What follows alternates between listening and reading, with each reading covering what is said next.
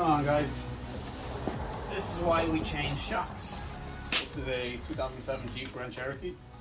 Shock is supposed to give you some pushback and recoil over here. Look at that. Dead in the water. Won't do anything. Look how easy I can push that down. That ain't supposed to happen. Now let's take a look at this new shock. See this?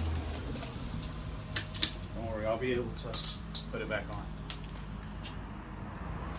Now I could probably push this in, but not as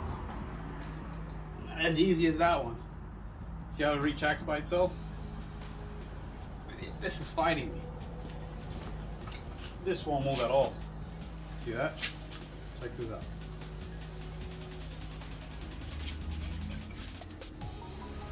See? That's why you change the shocks, folks.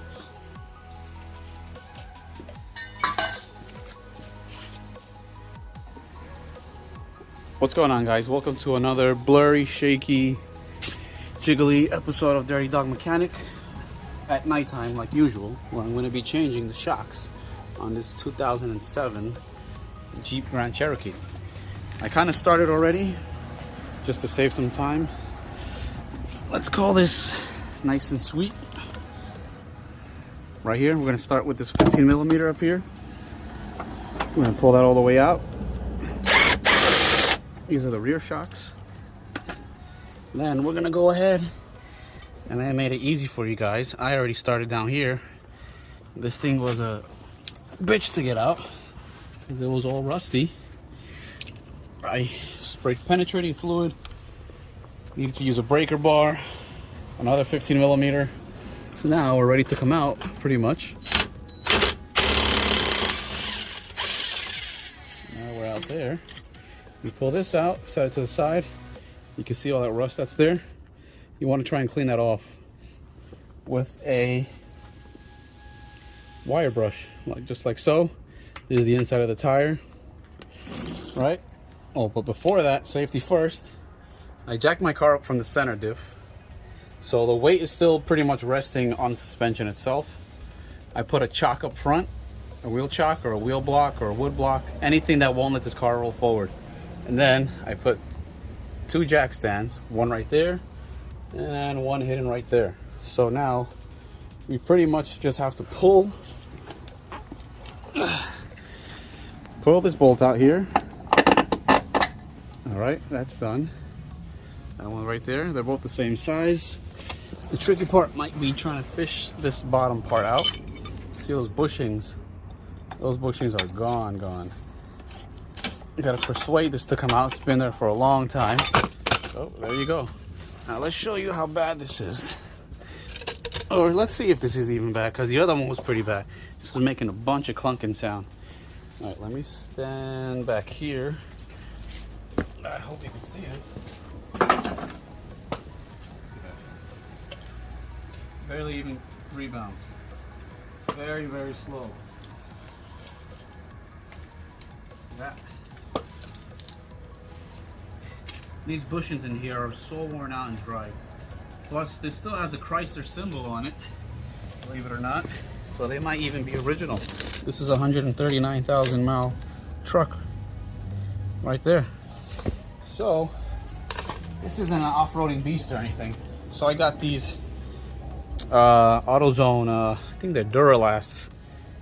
There's a part number over here. Show you over here as well. Duralast, the part number. Like I said, I'm not really doing any off-road. It's just a daily commuter. Now, what I like to do is right in there, try and put a little bit of anti-seize just to prevent it from getting seized again in the future. Who knows if I'll even have it. I live in the Rust Belt, which is, you know, New York, New Jersey, that area. I put some here just so it could slide in a little easier. Be nice if I aimed it at you. Right there. Anything just to make this job a little smoother. And I put some on the bolt just a little bit. Just a tiny bit. This is the one that goes up top. Running out of NECs over there. And then on the next one right here, this is the tip of the bolt that was all rusty. Yeah, it looks like a lot, but it's just my can is drying out. So what you want to do first, this is the top, the bigger part right here with the cap, that's the top. So we're gonna go up top and try and mount that at the same time. I'll show you. We're gonna slide that up in here. It's hard doing it with one hand again, like always. Slide that in here and thread the bolt through. So I'll show you that in a second.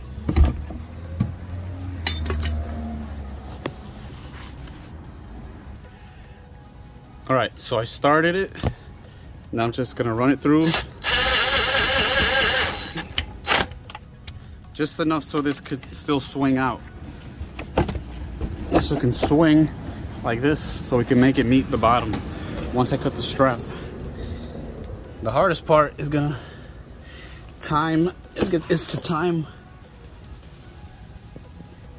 time this into meeting that part right there. Let's try and do that now.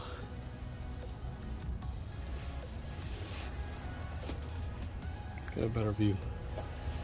Let's see if we can do that. That's a good view right there. So what I'm gonna do is cut the strap like this and guide this in at the same time. It's not gonna shoot out. It's just gonna slowly come down. There you go. So you gotta guide it into the hole. There you go. I think we made it. Right there, boom. Now we can start that. I will give it a few taps with the love hammer. This is called my love hammer right here. Okay, once it's like bottomed out, it's pretty much at the welded nut area. Start lighting. All right, let's get the gun going.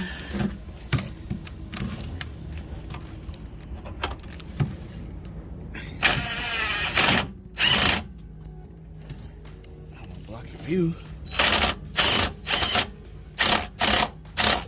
All right, that should be enough. So for the lower bolt, that is going to be 80 foot-pounds. For the upper bolt, that's going to be 70. Let's get that going.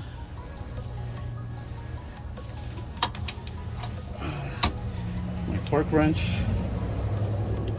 Let me adjust this to 80 because I had the other side at 70. Alright, there we go. Now, with that gun, it's probably already at 80. Give or take. Now, once you hear that click, you know you're good.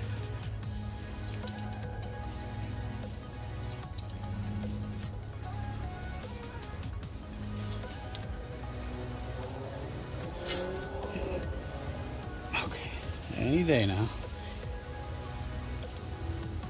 Come on. There you go. Wait, hold on. There you go, 80. 80's not a lot, so it's not like I'm over torquing it. Let's get the rest of the strap out. Now this is tight. This is kind of tight to do. And I'm doing it with one hand over here, like always. But the point is to reach in here with this.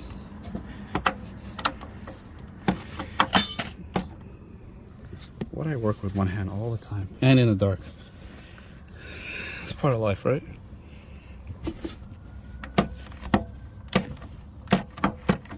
I should just freaking tighten this thing with this gun and call it a day, because I'll be here forever. You know what? That's exactly what I want to do. Just tighten it.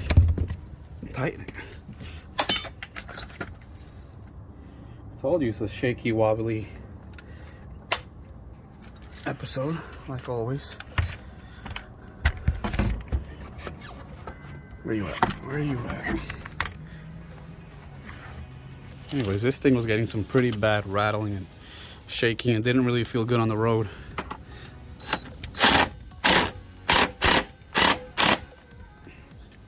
All right, let's get this back.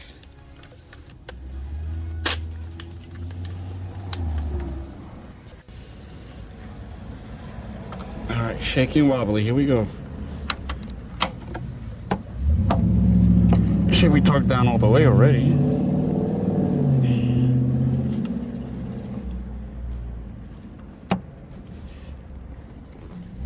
Oh, I guess not.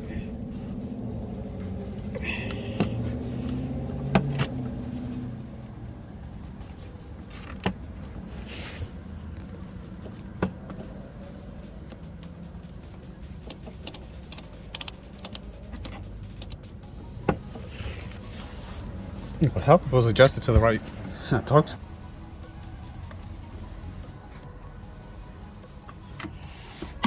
Oh, jeez. There you go. Son of a biscuit-eating bulldog. Yep. All right, and that's how you change the shocks on a rear. The rear shocks on a WK Jeep Grand Cherokee. These are the old ones. Say goodbye. Look at that. Well, this one has a little bit better rebound, but let's check out the other guy. Where'd he go? This one's gone. All right, guys. I hope this helped you out. Sorry for the shakiness again. Until next time, peace.